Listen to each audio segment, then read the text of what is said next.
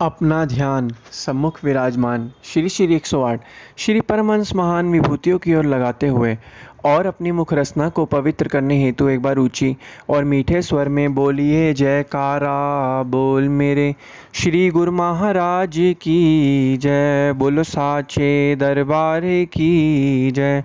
बोलो श्री सतगुरुदेव भगवान की जय। गुरुमुखों, मनुष्य के जीवन में गुरु का जो महत्व है वो बहुत ही महत्वपूर्ण है। अगर एक तरफ भगवान हो और दूसरी तरफ गुरु हो तो किसको प्रणाम किया जाएगा?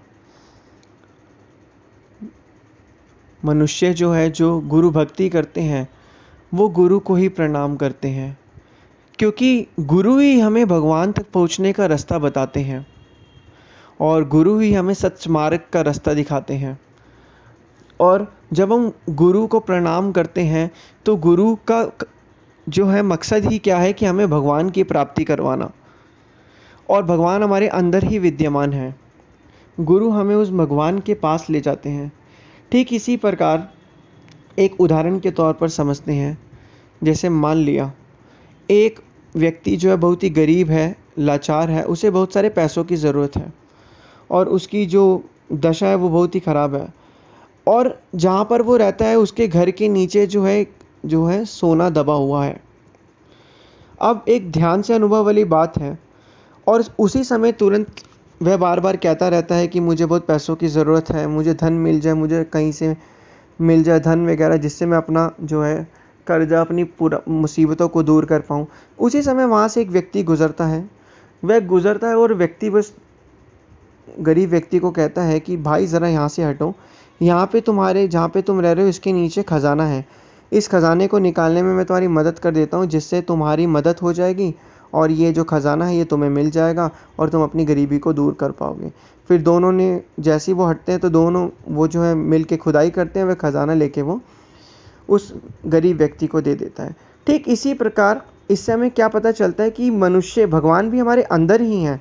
अब वह जो मनुष्य जो है जिसे खजाना मिला, जिसकी गरीबी दूर हो गई, तो वह किसको धन्यवाद करेगा? उस खजाने को, या फिर जिसने उसको खजाने के बारे में बताया है सिर्फ उसको? तो वह उसको धन्यवाद करेगा जिसने, क्योंकि खजाना तो वही था।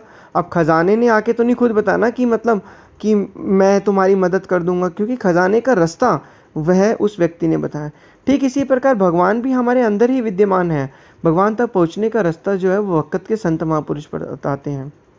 ठीक इसी प्रकार एक व्यक्ति को जो है नदी का, एक जो नदी है उसको पार करना है। वहाँ से एक जो है नाव जाती है और उसमें मल्लाह जो होता है, मल्लाह वो होता है जो नाव चलाता है, वहाँ जाता है। उस व्यक्ति को नदी पार करनी है, वह सोचता रहता है, वहाँ पे बहुत सारी बोटें भी होती हैं, वह उस नाव पे बैठ भी जाता है, लेकिन सिर्फ नाव पे बैठ के वो नदी पार नहीं होगी जब तक मल्लाह जो है वो नदी नहीं, बोट नहीं चलाएगा, नाव नहीं चलाएगा। तो ठीक इसी प्रकार व्यक्ति जब उस नाव में बैठेगा और मल्लाह जो है वो बोट चलाएगा, नाव चलाएगा, तो वह उसकी जो है मंजिल तक उसे पहुंचा देगा। अब ये बताइए कि वो जो व्यक्ति है वो किसका धन्यवाद करेगा? वह उस नाव का धन्यवाद करेगा या फिर उस मल्ले का धन्यवाद करेगा जिसने उसे नाव में बिठा के पार करवाया? ठीक इसी प्रकार मनुष्य जो है इस दुनिया में आया ही है सिर्फ और सिर्फ भगवान की भक्ति करने। यह मनुष्य जन्म जो है बहुत ही मुश्किलों से मिला है। आम जीव जंतु जो है भोग विलास इन सभी जीवन का व्यतीत कर रहे हैं, लेकिन मनुष्य जन्म एक ऐसा जन्म है जो सुख दुख और भोग विलास से परे जो है, और जिसमें मनुष्य गुरु की भक्ति करके इस भव सागर से पार हो सकता है। लेकिन यह सोच, यह समझ, यह किसको पता चलती है? वक़्त के संतों महापुरुषों की चरण शरण में जो जीव आता है उसे यह सच का पता चलता है, और उनके आगे और मौज में जो चलता है उसे यह सच का पता चलता है। ठीक इसी प्रकार भगवान तो हमारे चारों तरफ हैं, भगवान तो हमारे कण कण में है, लेकिन भगवान तक पहुंचाने का रास्ता हमें सिर्फ और सिर्फ वक़्त के संत महापुरुष बताते हैं, क्योंकि जब संतों महापुरुषों की हम चरण शरण में आते हैं तभी हमें जो है रास्ता पता चलता है।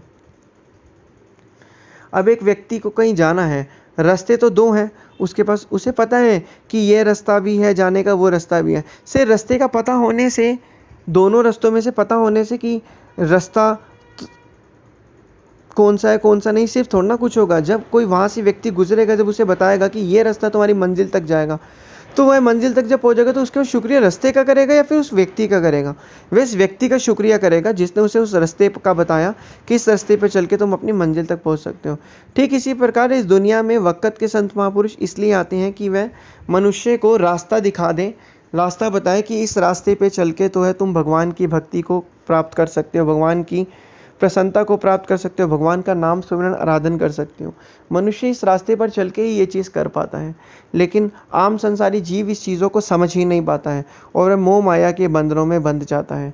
तो इसे ठीक इसी प्रकार मनुष्य जो है जितना जितना भगवान की भक्ति करता है उसे अंदर ही अंदर सुख मिलने लगता है, अंदर ही अंदर शांति मिलने लगती है, अंदर अंदर आनंद मिलने लगता है। संत महापुरुषों ने तो हमें रास्ते बताए हैं कि भगवान की प्राप्ति करो, जितना हो सके स्थिर मन जो है वही सहज जीवन का प्रतीक है। जिसका मन स्थिर है उसका ही जीवन जो है सहज है। भगवान तो ये बता रहे हैं, वक़्त के संत महापुरुष तो ये बता रहे हैं कि जितना तुम भजन अभ्यास करोगे, नाम सुमिरन आराधन करोगे, उतना तुम्हारे मन के अंदर शांति आएगी, जीवन आनंद से व्यतीत होगा। क्या हम उस रास्ते पर चल रहे हैं? अगर चल रहे हैं तो अच्छी बात है, अगर नहीं चल रहे हैं तो आज से हमें प्रण लेना है कि हमें एक पूर्ण सद्गुरु की शरण में आना है, क्योंकि संत महापुरुष ही हमें, वक़्त के संत महापुरुष बताते हैं कि इस दुनिया में आने का असली मकसद क्या है। ये जो ज़िंदगी जीने के लिए मिली है तुम इसको मोह माया के बंधनों में, चिंताओं में, कलह कल्पनाओं में बर्बाद करते जा रहे हो। लेकिन अब से ही है इन चीज़ों को बर्बाद नहीं करना है। जितना हो सके हमें भजन सुमिरन, नाम सुमिरन आराधन करना है। जितना जितना हम नाम सुमिरन आराधन करेंगे उतना उतना हमारे मन के अंदर शांति आएगी, जीवन आनंद से व्यतीत होगा। लेकिन यह सच, यह असली रास्ता हमें कौन बताता है? हमें सिर्फ और सिर्फ ये वक़्त के संतों महापुरुषों की, जब हम चरण शरण में आते हैं, उनकी आज्ञा और मौज में चलते हैं, तब हमें यह पता चलता है। तो इसलिए जीव को क्या करना चाहिए? जितना हो सके नाम सुमिरन आराधन करना चाहिए, भजन अभ्यास करना चाहिए, भक्ति करनी चाहिए। जितना जितना वह नाम की कमाई करेगा उतना उतना उसके अंदर जीवन में आनंद भर जाएगा, और जितना वह गुरु की आज्ञा और मौज में चलेगा उसे जो है सच का प्रतीक होगा, सच का पता चलेगा। तो इसलिए संत महापुरुष यही जीव को फरमाते हैं कि किस लिए दुनिया में आया, समझा नहीं इस राज को, लग गया रोज़ी की फ़िक्र में, भूल गया असली बात को। फ़िक्र रोज़ी की छोड़, ज़िक्र कर भगवान का, फ़िक्र तेरी आप करेगा जिसने जामा दिया इंसान का। कि तू किस लिए मनुष्य इस दुनिया में आया है, इस दुनिया में आने का तेरा असली मकसद क्या है, कि किस लिए दुनिया में आया, समझा नहीं इस राज को, लग गया रोज़ी की फ़िक्र में, भूल गया असली बात को। कि तू रोज़ी की फ़िक्र में लगे और असली बात को भूल गया। रोज़ी की फ़िक्र छोड़, ज़िक्र कर भगवान का, फ़िक्र तेरी आप करेगा जिसने जामा दिया इंसान का। तो वक़्त के संत महापुरुष यही हमें फरमाते हैं कि जितना हो सके हम नाम सुमिरन आराधन करना है, भक्ति करनी है। जितना जितना हम नाम जपेंगे, संतों महापुरुषों की आज्ञा और मौज में चलेंगे, उतना उतना हमारा जीवन ये आनंद से व्यतीत होगा।